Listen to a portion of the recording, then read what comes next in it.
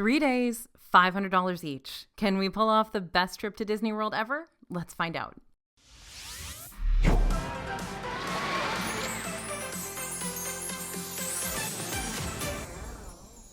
Hey everybody, it's AJ for Disney Food Blog. We've given you perfect itineraries in the past, but this time we're walking you through 3 days in Disney World with a set budget of $500 per day.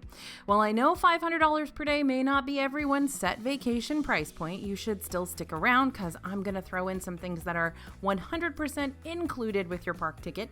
So even if your budget is much lower, we've still got a lot of low cost and free experiences worked in here that you're not going to want to miss. This itinerary will not include pre-purchases that you need to make before the trip, so make sure to budget for park tickets and hotel rooms separately. And today we're going to be budgeting around a hypothetical family of 4 with 2 adults and 2 children. So if you've got fewer or more people joining you on your trip, this $500 mark can be adjusted to better accommodate your group. Remember, the prices are subject to change, which is why we're providing you with price ranges instead of exact costs. And always remember to save a bit more money than your set budget just in case you need to pay for something aside from souvenirs, food, and enhanced experiences. It's always good to have that safety net. And if you want to know everything you can do in the parks, drop us your email at disneyfoodblog.com/Disney checklists, and we'll get that full list covering attractions and food and shopping and characters and entertainment and photo opportunities sent your way immediately. All right, are you ready to dive in?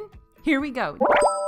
Day 1 is Magic Kingdom. What better way to kick off a Disney World vacation than by starting in the very park that holds a glorious Cinderella castle that we just can't seem to take enough pictures of no matter how hard we try. Even if you're visiting Magic Kingdom during an off-season time, it can still have some pretty intense ride wait times all year long. And since this is the park with the most rides, over 20 coasters and dark rides, you're going to want to make sure your family's getting on as many of these as possible. So that's why you're going to invest in Disney Genie Plus on our perfect day today, which will let your family use those lightning lanes and help you bypass those main ride queues in exchange for much shorter queues. But Disney Genie Plus is more than just a line skipping service. When you pay for it, make sure to really get your money's worth and take advantage of the exclusive photo filters, audio tours, and the brand new PhotoPass downloads, which will allow you to keep all your digital in-ride photos that you take throughout the park. Included Genie Plus PhotoPass downloads around Magic Kingdom include the pictures that you'll have taken in Buzz Lightyear's Space Ranger Spin, Haunted Mansion,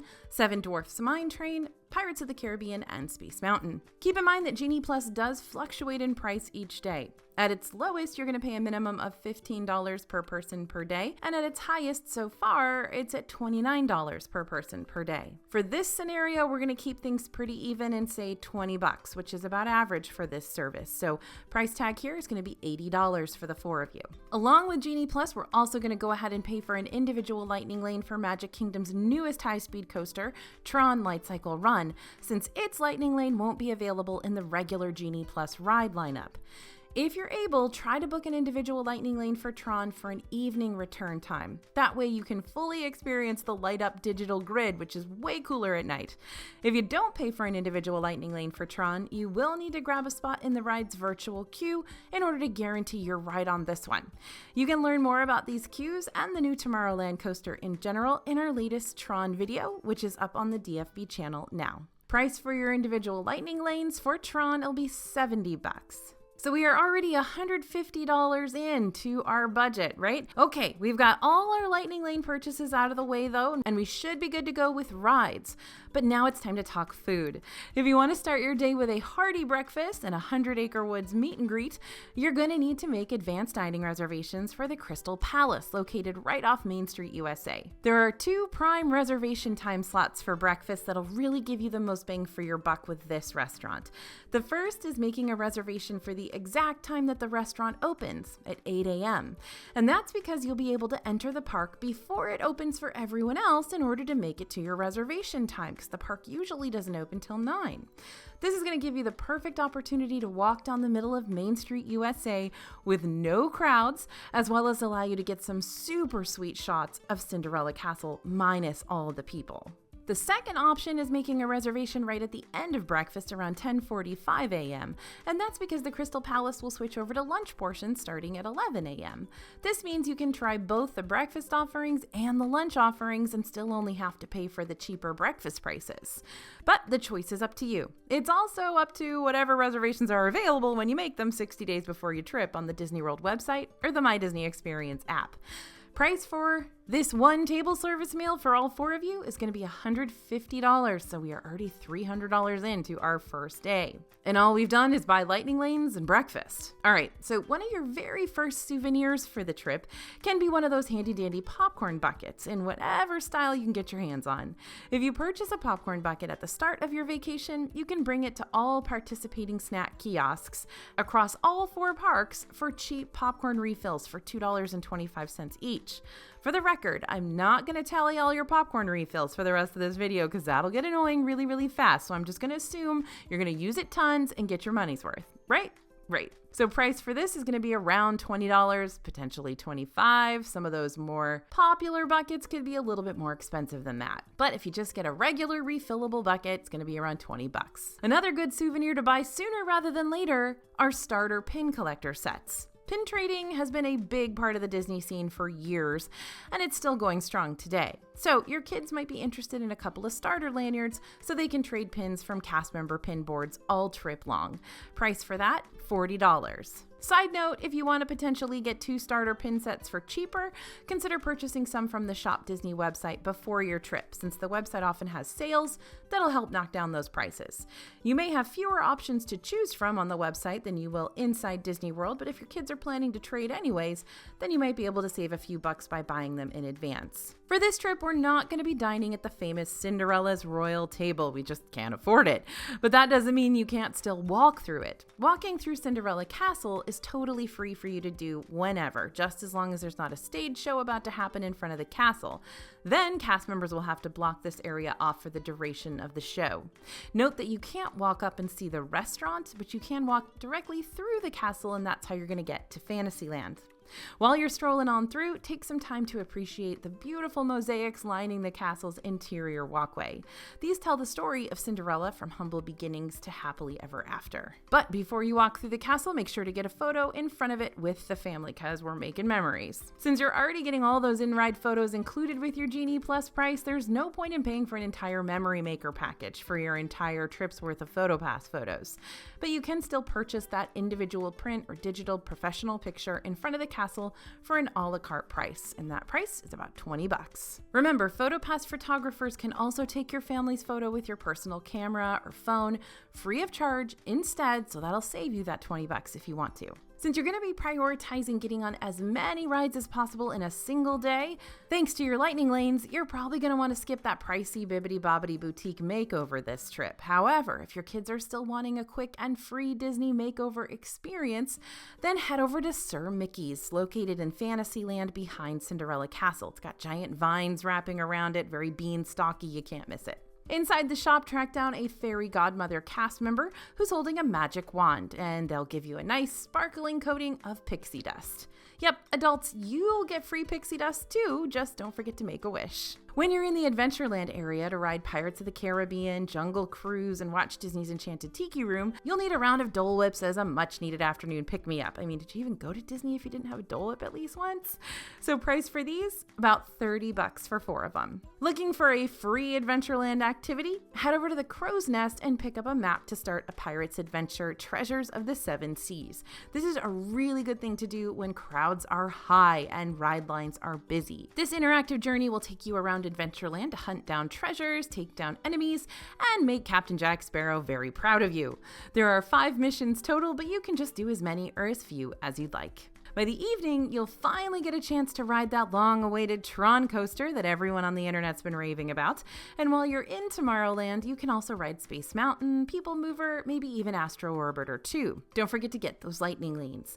But all that riding is bound to make you hungry, so go ahead and order a quick dinner from the nearby Cosmic Rays Starlight Cafe. It's a fast food location where you can grab a burger, chicken strips, maybe even a crispy noodle salad. And hopefully Sunny Eclipse is around when you're there, because he sure does put on quite the intergalactic performance. Price for this is about $50. But I'm also going to say, if you want really, really good food, it may make sense to travel over to Liberty Square and go to Columbia Harbor House. You know, that's one of our favorite quick service locations. So if you're comfortable with going a little bit out of your way and leaving Tomorrowland, go ahead and grab Columbia Harbor House instead. By the end of the night, after you've just watched the goosebump-inducing Happily Ever After nighttime spectacular take place on and above Cinderella Castle, it's time for you to make a quick getaway. The crowds exiting Magic Kingdom are going to be wild, but you can skip over the bus, monorail, and ferry lines entirely by booking a minivan ride share, which will pick you up for a private ride back to your hotel room. Minivans can be purchased through the Lyft app. All you'll need to do is open Lyft, type in your destination, confirm your pickup location, and select the minivan option. There may be instances where the minivan option doesn't automatically appear at the top of the list, and if that happens to you, just keep scrolling. As long as there are minivans still available for pickup, there should be a minivan option waiting for you. Price for this is going to be around $40. Note that minivans will be at their highest price point toward the end of the night, but much like any other rideshare service, minivan prices fluctuate throughout the day, so you might be able to find one way cheaper as long as it's not the end of the park day, lunchtime, or rush hour. Total for this day, $500. Next up, Disney's Animal Kingdom and Epcot on day 2. All right, you had a jam-packed Magic Kingdom day. Do you think you can attack 2 parks in a single day for the same $500 price point? Let's find out. You're going to go ahead and save your money today by skipping Genie Plus entirely. Disney's Animal Kingdom and Epcot do have some rides that can get pretty busy, but you can usually still hit up everything you want to hit up in a single go, especially over at Animal Kingdom, which has the fewest rides available out of all 4 parks. And you can probably do it without needing the benefit of Genie Plus. The only Lightning Lane you will be purchasing today is an individual Lightning Lane for Guardians of the Galaxy Cosmic Rewind in Epcot, so you can, again, skip over the hassle of the virtual queue headache entirely, if the ride's still using the virtual queue system by the time you arrive, that is. Even though you can only book Genie Plus Lightning Lanes at the start of your day for the park you have a Park Pass reservation for, you can purchase individual Lightning Lanes as early as 7 a.m. for any ride that you plan on hopping to, as long as you're staying in a Disney-owned resort. All other guests will only be able to start booking individual Lightning Lanes once the park's officially open for the day. I know this all sounds a bit tricky at first, but you can learn way more about these kind of Disney Genie Plus tricks, plus lots more, by watching our Outsmarting Genie Plus video, so make sure to give that a watch when you get the chance. But I digress. Let's get back to our perfect trip, day 2. You're going to save even more money at the start of your day by munching on some granola bars that you pre-packed before your trip instead of splurging on another big park breakfast. After all, you got 2 parks to cover today, so you're going to skip the table services entirely to make the most out of your time in both parks. All right, let's make our way into park numero uno, Disney's Animal Kingdom. One of the first areas you're going to want to head over to is Pandora World of Avatar, since its rides tend to be the busiest during the day. After a full-blown ride on the back of a Banshee, thanks to Flight of Passage, your kids are more than likely going to want to take home Banshees of their own. I'm no psychic, just a mom. But the full-on giant shoulder Banshee puppets that you'll find in the Wind Traders gift shop are not only pricey, but also a nuisance, especially if you're trying to get them to sit comfortably on tiny shoulders all day long. So let's opt for 2 of the smaller, softer, and cheaper shoulder Banshees instead. You'll potentially have a lot fewer tiers to deal with that way. Price around $40. Disney's Animal Kingdom is so much more than just the sum of its rides and Banshee toys. Along with your ticket purchase, you're going to be able to see hundreds of animals via the walking trails, petting zoo over at Rafiki's Planet Watch, and Kilimanjaro safaris. You're going to join the Wilderness Explorers, which is perfect for kids who want to collect badges and learn more about the park's wildlife, and even take a totally free animation sketching class also over at Rafiki's Planet Watch. But in the midst of all your animal exploration and artistic expression, you're going to get hungry. So make sure to mobile order a super speedy meal over at Flame Tree Barbecue, located on Discovery Island, which is near the Discovery Island Bridge next to Dino Land. Price here is going to be around $50. And since we're already near Dino Land, let's hit up this section next for a ride on Dinosaur and have the kids play a couple rounds of the Fossil Fun Carnival games. These games cost about $5 per person per game, and if you win, you'll get your very own Dino Land themed plushie, which is a dream come true if you ask me. To play any of the Fossil Fun games, you'll need to purchase vouchers over at the Chester and Hester's Dinosaur Treasures gift shop, since the carnival games do not take cash or card. Price here, $20. 2 kids, 2 games, and hopefully 2 plushies later. year. Now, of course, if you want to bring your costs down lower than that $500, these Fossil Fun games are totally ditchable if your kids don't care about them. You've got your Banshees, you've got your Dinoland plushies, so I think if my calculations are correct, you now have 2 super happy kids. To really become the MVP of this trip though, grab some sweet treats to share from Zuri's Sweets Shop over in the Africa section across from Harambe Market. Price here around $25. Need something to wash the sugar down? It's a little more of a trek, but Bria's favorite place to grab a drink in Animal Kingdom is over in Asia at the Royal Anandapur Tea Company, which serves up Joffrey's tea and that exclusive frozen chai, which you won't find anywhere else. Total here around $25. All right, it is really getting to be park hopping time already. You can hop to your second park of the day anytime after 2 p.m. So once you're ready to head over to Epcot, go ahead and book another one of those nifty minivans. That way you don't have to wait on a bus. Price around $30 since you shouldn't be running into peak travel time prices. Just make sure you're at least over in Epcot by 4, if not much sooner, because you've got a special treat in store for the family today. Instead of just riding Living with the Land inside the Land Pavilion, you'll also be taking a behind the scenes tour, which lets you and your group travel around the Epcot greenhouses to learn all about Disney's cultivation processes and admire the lovely greenery in general. It's best if you make a reservation for this tour in advance, but you may also be able to get a last-minute walk-up spot if you're lucky. Just check at the desk near the exit of Living with the Land to see if there's any open availability left. Total $140, it's $35 per person. If your family adored the behind the scenes tour, or if you're looking for a free tour alternative, then head to Sea Base next. Nope, this area won't let you walk through tons of Disney greenhouses, but it will take you on a self-guided aquarium tour where you can see tons of turtles and clownfish and stingrays and dolphins and urchins, even sharks, for absolutely no extra cost. This is also where the Manatee Rehabilitation Center is located, where Disney's animal care experts work with manatees to rehabilitate them and get them ready to return to the wild. Very cool and underrated experience. Bonus, if you're at Sea Base at the exact right time, you might just get to watch a fish feeding take place, where Disney's animal experts will scuba dive on into these 5.7 million gallon tanks to serve a smorgasbord of fishy favorites to our underwater friends here. Feeding times do vary daily, though we tend to have the most luck seeing one take place when we swing by around 3:30 p.m. But you can always ask a cast member at Sea Base for more information regarding the schedule that day, just to make sure you don't miss out. And don't forget to pick up a complimentary Finding Dory's Friends scavenger hunt book while you're here too. This book is packed with activities, fish fun facts, and stickers. Lots of stickers. Epcot absolutely adores their free scavenger hunt activities, so you may also want to check out the World Showcase ones like KidCot and DuckTales World Showcase Adventure. KidCot Fun Stops are located in each of the 11 pavilions and have activity cards specific to each country for your kids to collect. Meanwhile, DuckTales World Showcase Adventure is an immersive journey through 7 different pavilions where you get to join Huey, Dewey, Louie, and Webby and the rest of the DuckTales gang on a search for the 7 lost magical treasures of the ancient world. You can access these adventures through the Play Disney Parks app, again at no extra cost. Since you're now making your way around the World Showcase collecting artifacts and KidCot cards and what have you, then this could be the perfect time to start tasting your way around the pavilions too. Epcot has 4 festivals throughout the year, and during each of these, you're going to be able to try dozens of different food booths around the World Showcase.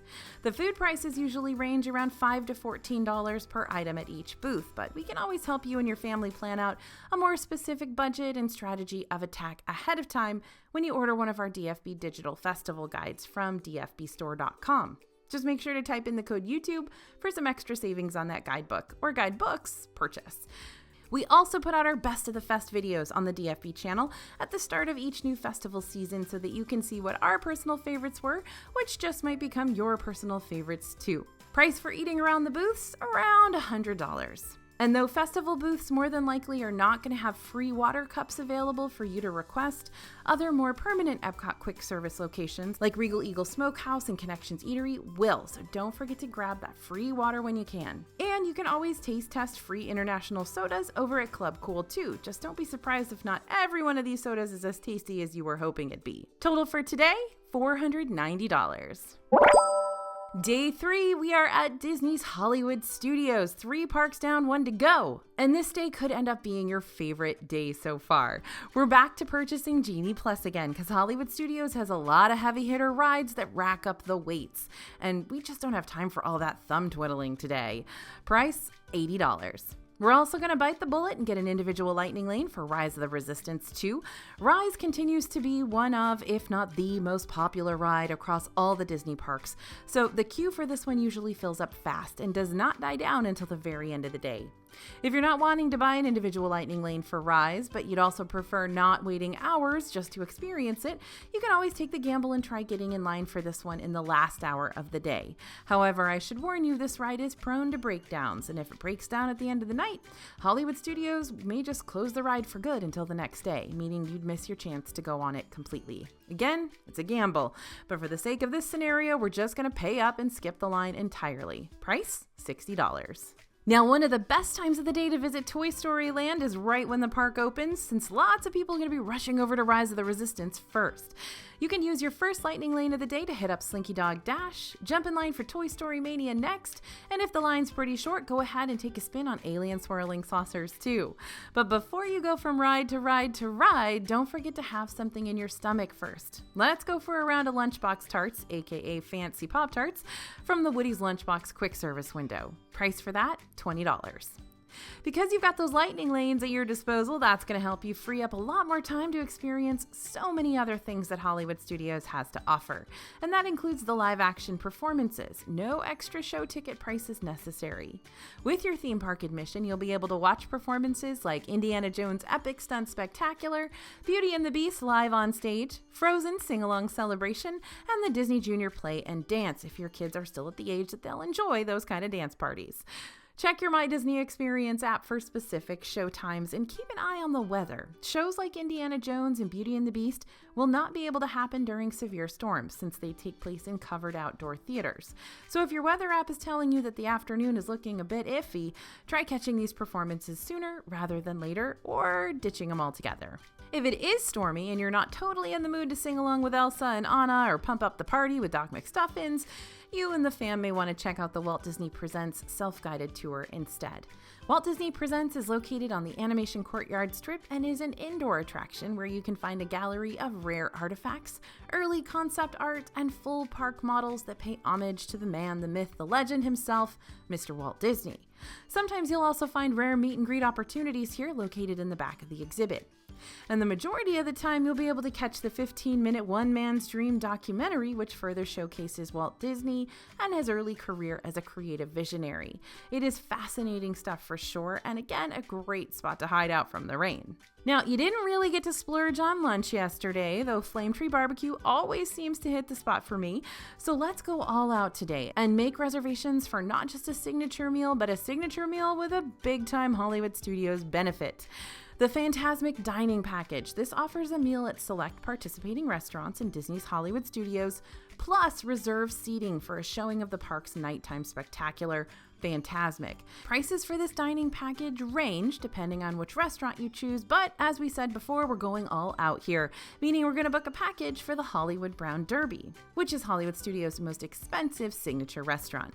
This type of package will include an entree, a dessert, and a non-alcoholic beverage for $73 per adult and $29 per kid. So price? Around $210 for the whole shebang.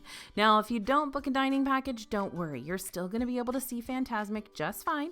Just make sure to line up for the show 30 minutes beforehand in order to get first dibs on those bleacher seats.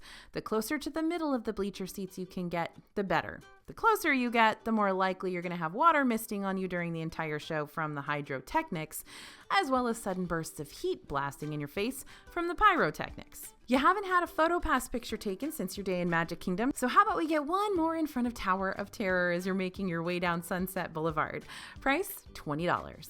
If your kids are big Star Wars fans, but you've already spent a good chunk of your budget on lightning lanes and signature dining, you can always skip the more expensive Savi's Workshop experience in Galaxy's Edge and customize much cheaper lightsabers over at Tatooine Traders instead. Tatooine Traders is located at the exit of Star Tours over in Echo Lake. The sabers here may not be as high quality as you'll find at Savi's, but if your kids are young enough or they just want a saber and don't really care how it comes into their possession, this customization opportunity can be a great budget-friendly option. Price around $60 for 2 sabers. You want a free Star Wars experience, you say?